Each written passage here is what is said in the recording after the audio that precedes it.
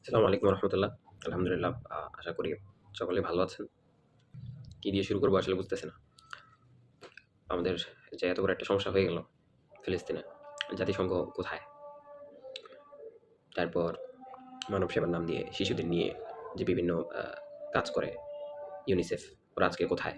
ওরা ফিলিস্তিনে যায় নাই কেন? কারণ এগুলো হচ্ছে আমেরিকার তৈরি। এগুলো সবকিছু হচ্ছে স্ক্যাম। শুধুমাত্র চোখে ধুলো দেওয়ার জন্য আরকি। আ নিজেদের হামলাকে আ বৈধতা দেওয়ার জন্য। যে এরা এত ভালো, ভালো কাজ করে, এরা কিভাবে হচ্ছে যে এরকম করতে পারে? কিন্তু এদের হাতটাই হইলো সবচেয়ে বড়। আজকে যা হইতেছে, সব কিছুর পিছনে হচ্ছে এদের হাত। যেমন ওদের মধ্যে হইলো হামাস জঙ্গি গোষ্ঠী। আর ইসরায়েল হইলো নিরীহ, অবলা, একদমই কিছু বুঝে না। দুধের দোয়া তুলসী পাতা। মাত্র আসমান থেকে আরকি জমিনে পড়ছে। এরকম একটা ব্যাপার আরকি। ইসরায়েলকে আসলে মানে চারদিক থেকে হচ্ছে প্রোটেকশন দিচ্ছে আরব দেশগুলো। সো কোল্ড আরব দেশগুলো। হ্যাঁ? জাস্ট বর্ডার যদি খোলা থাকতো, তাহলে কোটি, কোটি মুসলিমের মনে এই যে দুঃখ, এই যে কষ্ট, এই যে একটা আ আ বেদনা, যে একটা ক্ষোভ, হ্যাঁ? যদি বর্ডার খোলা থাকতো, তাহলে এত কিছু চিন্তা করা লাগতো না। হ্যাঁ? এদেরকে মানুষ হাত পা দিয়ে একদম তছনছ করে দিত। সবকিছু একদম মানে নাম নিশানা মিঠায় দিত আরকি।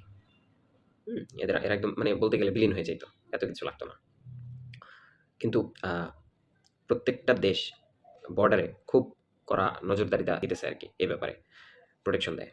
আসল কথা হলো ওই প্রোটেকশন না। এটা হচ্ছে নামে দেয় যে আমাদের দেশকে আমরা সিকিউর রাখতেছি। ব্যাপারটা এরকম না। আমাদের দেশকে সিকিউর রাখতেছি না। আমরা হইলো যে তাদেরকে সিকিউর রাখতেছি। আমি আরব দেশগুলোর কথা বলতেছি আরকি। মানে আরব দেশটা হচ্ছে ইসরায়েলকে সিকিউর রাখতেছে। মূলত কাহিনী হলো এইটা। ঠিক আছে? আজকে যা হইতেছে এর পিছনে তো এটা সবাই জানে যে আমেরিকা কাজ করতেছে।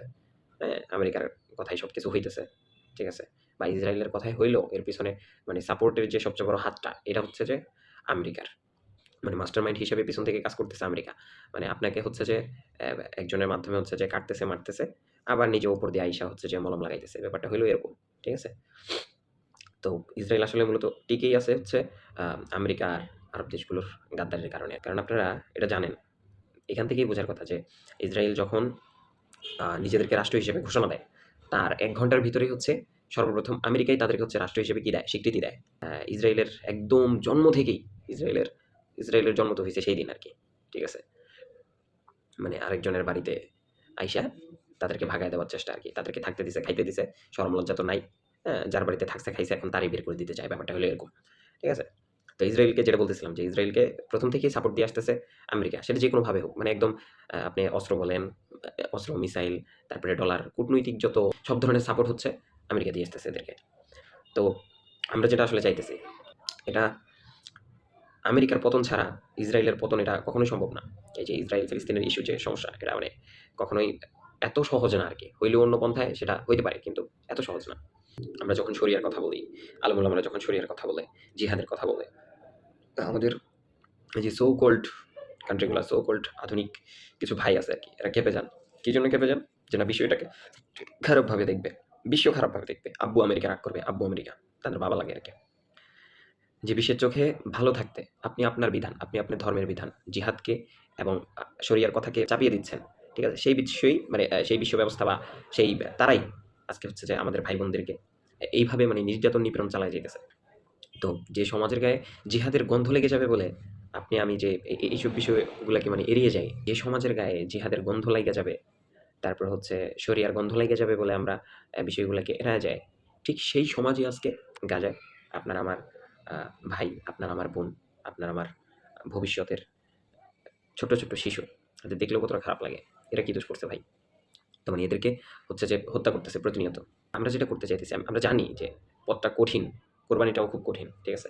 সমাজের মানুষ কি বলবে, বিশ্ব কি বলবে, বিশ্ব এটাকে কিভাবে দেখবে, আমেরিকা মাইন্ড করবে। এই ধারণা আমাদের যতদিন আছে ততদিন ফিলিস্তিনের মুক্তি এটা সম্ভব না। এটা আমাদের মানতে হবে। ঠিক আছে?